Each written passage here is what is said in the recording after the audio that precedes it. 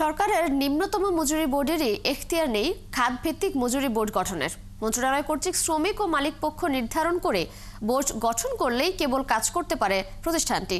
অথচ শ্রম সংস্কার কমিশন সুপারিশ করেছে সব খাতের শ্রমিকের জীবন ধারণের উপযোগী মজুরি কাঠামো নির্ধারণের। বিস্তারিত রিয়াজ সেজানের প্রতিবেদনে। ঈদের আগে বেতন ও মজুরি আদায়ের দাবিতে এভাবেই শ্রমভবন ঘেরাও করে শ্রমিকরা। পরে মন্ত্রণালয়ের উচ্চপদস্থ কর্মকর্তাদের দেন দরবারে শেষ হয় এই কর্মসূচি। শ্রম মন্ত্রণালয়ের অধীনে একটি স্বতন্ত্র নিম্নতম মজুরি বোর্ড থাকলেও মজুরি নির্ধারণেই কাজ শেষ হয় তাদের।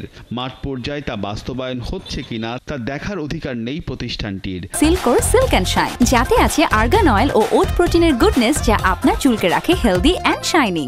এমনকি পারেন না কোন খাতে ন্যূনতম মজুরি নির্ধারণ হবে তা ঠিক করতে। বোর্ড গঠন করে দিলে আমরা বোর্ড পরিচালনা করে একটা সুপারিশ করা ব্যতীত বর্তমানে আমাদের হাতে তেমন কোনো ক্ষমতা নেই। নিম্নতম মজুরি নির্ধারণের লক্ষ্যে সেক্টর মনোনয়নের ক্ষমতা নিম্নতম মজুরি বোর্ডের নেই।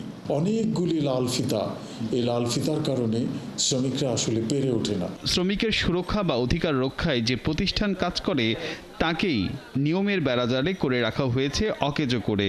মন্ত্রণালয় শ্রমিক বা মালিক পক্ষ নির্ধারণ করে বোর্ড গঠন করে না দেয়ায় কয়েক বছর ধরে আটকে আছে সিরামিক্স, পেট্রোল পাম্প, খাবার তেল সহ বেশ কয়েকটি খাতের ন্যূনতম মজুরি।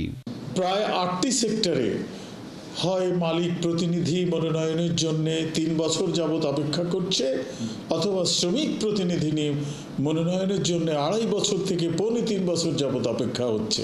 একটি সেক্টরের কথা বলি, যেমন রং এবং কেমিক্যাল।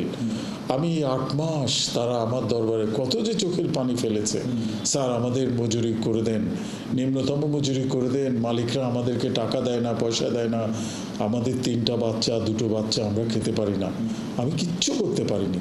নিম্নতম মজুরি বোর্ডের যখন এই অবস্থা, তখন শ্রম সংস্কার কমিশন স্বপ্ন দেখছে জাতীয়ভাবে নিম্নতম মজুরি নির্ধারণের। আমরা কি এখনো মনে করতেছি যে একটা দেশ তার 90% মানুষের জন্য কোনো মজুরি মানদণ্ড থাকবে না? সেই মানদণ্ড কতখানি বেশি কম হবে সেটা পরের ব্যাপার। নিম্নতম মজুরি বোর্ডেরও যে সক্ষমতা, সেটা তো একদমই খুবই সীমিত। সস্তার মজুরি, সস্তার পণ্য এবং সস্তা দাম, এই যে বৃত্তে আমরা ঘুরপাক খাচ্ছি। ন্যূনতম মজুরি আদায়ে সরকার গঠিত বোর্ডেরই এমন দুরবস্থার মধ্যেই শ্রমিকরা স্বপ্ন দেখছেন জীবনযাপন উপযোগী মজুরি পাবার। রিয়াজ সেজান, 71, ঢাকা।